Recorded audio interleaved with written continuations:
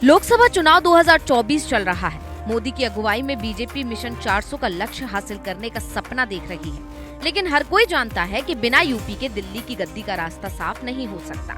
लिहाजा इस राज्य की 80 लोकसभा सीटों पर जी जान लगा देना भाजपा की जरूरत भी है और मजबूरी भी। इसलिए पार्टी यूपी पर पूरा फोकस कर रही है, लेकिन सिर्फ यूपी ही नहीं, दूसरे राज्यों की भी कुछ सीटें हैं जिसने बीजेपी की नींद उड़ा कर रख दी है। वैसे तो देश भर में लगभग 160 सीटें हैं जो बीजेपी के लिए चुनौती बनी हुई हैं। दरअसल साल 2019 के लोकसभा चुनाव में बीजेपी अलग अलग राज्यों की इन 160 सीटों में से ज्यादातर सीटें हार गई थी। हालांकि इस सूची में कुछ ऐसी लोकसभा सीटें भी शामिल हैं जिस पर भाजपा ने ही जीत दर्ज की थी, लेकिन जीत का अंतर बहुत कम था। ऐसे में पार्टी का मानना है कि ये सीटें स्थानीय सामाजिक और राजनीतिक कारकों के कारण चुनौती बनी हुई है। इन सीटों में खासकर हरियाणा की रोहतक और उत्तर प्रदेश की बागपत जैसी सीटें शामिल हैं। तो इस बात में कोई दो राय नहीं है कि बीजेपी जी तोड़ मेहनत कर रही है।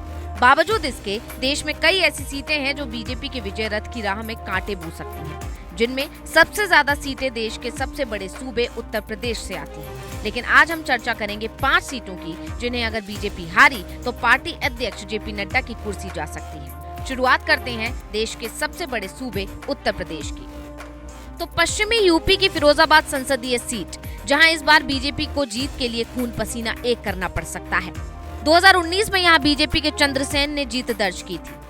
दूसरे नंबर पर थे सपा प्रमुख अखिलेश यादव के चचेरे भाई अक्षय यादव। हार जीत का अंतर 28,781 वोटों का था। आप कहेंगे ये तो ठीक ठाक अंतर है, मगर ठहरिए, कहानी में ट्विस्ट है। उस चुनाव में चाचा शिवपाल यादव भी फिरोजाबाद से ताल ठोक रहे थे। उनके खाते में 91,869 वोट भी आए।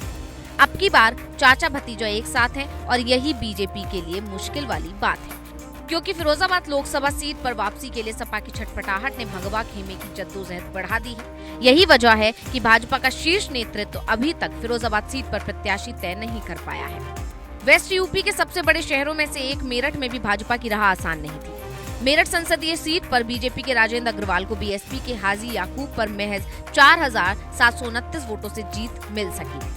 कुछ ऐसा ही हाल मेरठ से सटे मुजफ्फरनगर लोकसभा सीट का भी था, जहां बीजेपी के संजीव बालियान ने आरएलडी उम्मीदवार को सिर्फ 6,526 वोटों से हराया था। लेकिन इस बार यहां की सियासत अलग ही कहानी बयां कर रही है।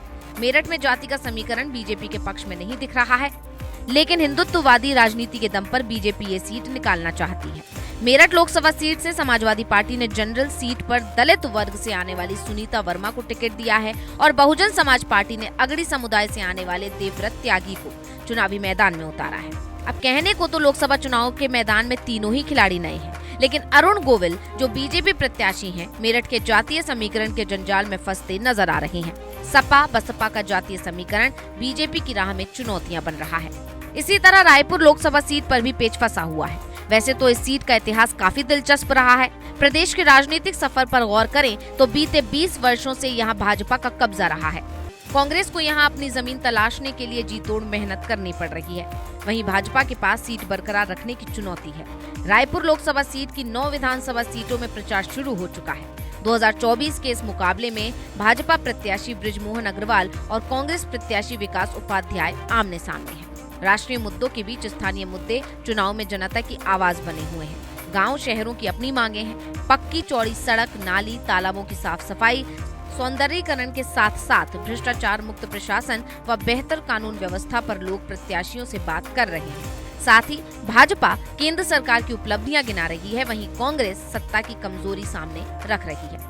इसी तरह राजस्थान की सीकर झुंझुनू सीट ने भी बीजेपी की चिंता बढ़ा दी है। नतीजा, पार्टी ने सांसद घनश्याम तिवारी को इस सीट पर चुनाव प्रचार का जिम्मा दिया हुआ है। सीकर में कांग्रेस सीपीएम गठबंधन के कारण और झुंझुनू में कांग्रेस के प्रभावशाली उम्मीदवार ब्रजेंद्र ओला के कारण भाजपा के लिए ये सीटें चुनौती बनी हुई हैं। इसी तरह राजस्थान की एक और सीट नागौर में भी बीजेपी को पेच फंसा हुआ नजर आ रहा है। इस सीट पर कांग्रेस आरएलपी गठबंधन के कारण पार्टी को अच्छी खासी टक्कर मिल सकती है।